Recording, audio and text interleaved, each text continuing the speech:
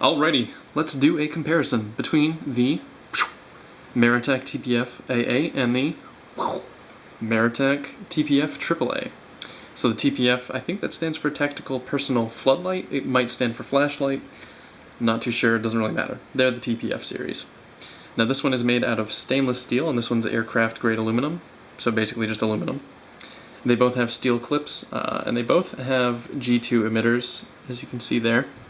So they've got some pretty impressive electronics in them, at least for, you know, some basic flashlights. Now what I really like about this series is that they're 90-degree angle ones. I think that's, you know, kind of a unique feature. You don't see those too often other than zebra lights and Fultons. But these have a very specific purpose for me. Stumbling over my words a little bit.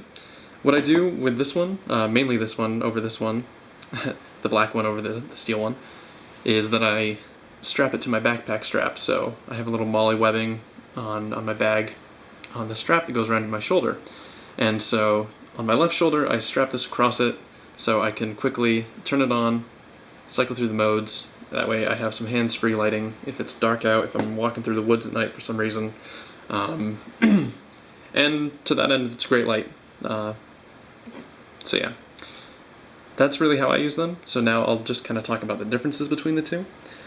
They both weigh, with a battery, pretty much the same thing, and the same thing without a battery. They're both 0.7 ounces from what I've gathered mainly. This is aluminum, but there is more aluminum. This is obviously denser and there's less of it, so you really can't tell the difference when they're in the hand.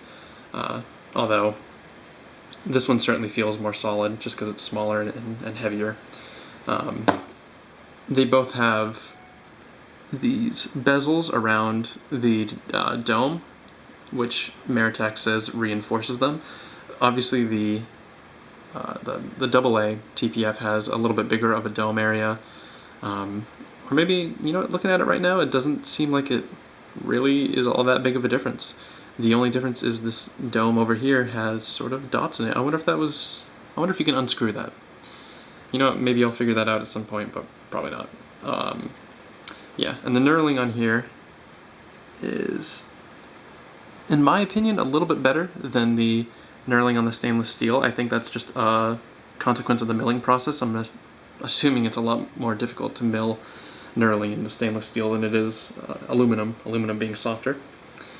Yeah, so output on these, the AAA, you get 5 lumens for about 60 hours on low, and on low over here you get 5 lumens for about 100 hours. On medium with the AAA you get 48 lumens for about 4 hours, and with medium on the AA you get 40 lumens for about 7 hours. On high, this one puts out about 160 lumens for 75 minutes, and this one pulls out about 135 lumens at an hour and a half, so about 90 minutes. Now, that's going to vary depending on what batteries you use, and you know, unit to unit there's going to be a slight variation, but for the most part that's really the comparison we're making here. It is worth noting that this starts off in low, goes to medium, and goes up to high, whereas the stainless steel is medium, low, and then high. That I don't imagine that would be a deal breaker for really anyone, but that is something to consider. I personally like it when it starts on low, just because, you know, sometimes you can blind yourself pretty bad if you're not really used to the dark at the point where you're using it. And another important, at least for me this was important, I went to put this on my bag and I tightened this down and untightened this, but no matter how much you unscrew this, you can't use the tail cap as the twisting switch, meaning, you know, if you're just twisting this, nothing really happens, and so you can't, you know, leave the clip centered or lined up with the emitter. Whereas on this one, since it's anodized, you can do that. And so I like that a little bit more, just so I don't have to, you know, adjust the flashlight around the clip all that much. It's a small thing, but I do prefer it on the one that I keep on my backpack. As you can see, this one's kind of been carried a little bit already. It's starting to ding up on the anodizing. One last thing I did notice just now is that the clip on this moves a lot more freely than this one. This one's a much tighter fit. That might just be my specific unit, but who knows? That might be another thing to consider.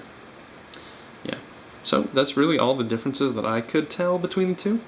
I think they're both really great lights. I really enjoy the 90 degree, or the right angle, the flashlight series that Maratac's been putting out. It'd be cool to see one in brass.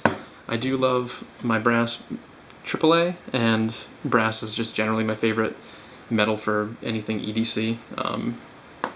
So Maratac, if you make a AAA in brass or a AA in brass, I will most certainly buy it. Same goes for just a regular AA variant of that. But that's not for this video. So yeah, the TPFs, check them out. I think they're both fantastic. You really can't go wrong with either. I will still early on in owning this one, but if anything comes up, if any glaring issues, in either of them for that matter, I'll obviously keep you guys posted. Thanks for watching.